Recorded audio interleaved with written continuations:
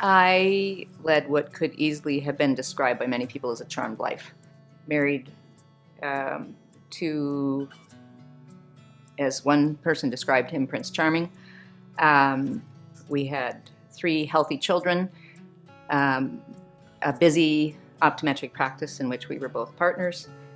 We graduated from the same class, University of Waterloo School of Optometry, and bought this beautiful farm, and life was good, and it was easy to say God is good. He was in a serious accident here on the farm, and he was in critical condition, and for a week he was suspended somewhere between life and death. And he died.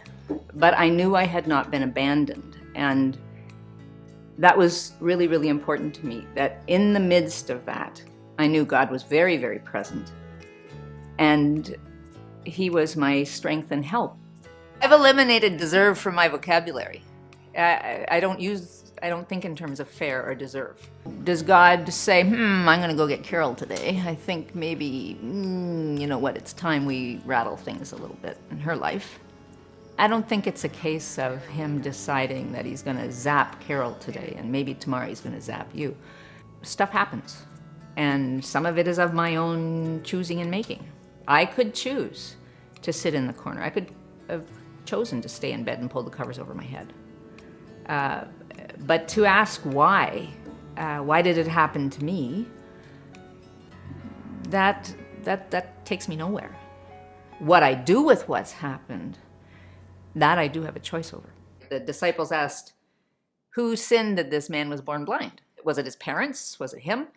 And what did Jesus respond? It wasn't him, wasn't his parents. It was so that the glory of God could be revealed.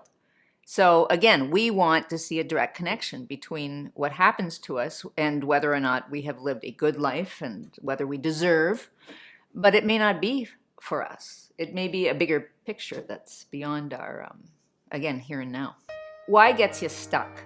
Why gets you stuck in this sort of, why would it happen to me? What have I done?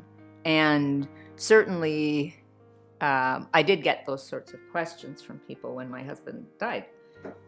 What had I done? And at that point, I wasn't familiar enough with certain parts of the Bible to be able to respond appropriately. Fourth pass through the Bible, I go, okay, look at Paul's life. What did Jesus say to those disciples that were asking him who sinned? And I also see that some of what happens to us isn't perhaps for our instruction. It may not be for my instruction. It may be for someone else's, perhaps so I can relate to someone else or they can relate to me. If my life is just a bowl of cherries, then what do I understand of suffering, and how much of a benefit can I be to someone else who's suffering? And certainly the experience of my husband's unexpected death has turned me to search the scriptures. It has helped me understand other people's suffering, and they in turn understand me. We're a work in progress. We all want the happy ending. We want the story with the happy ending, but the ending will be happy.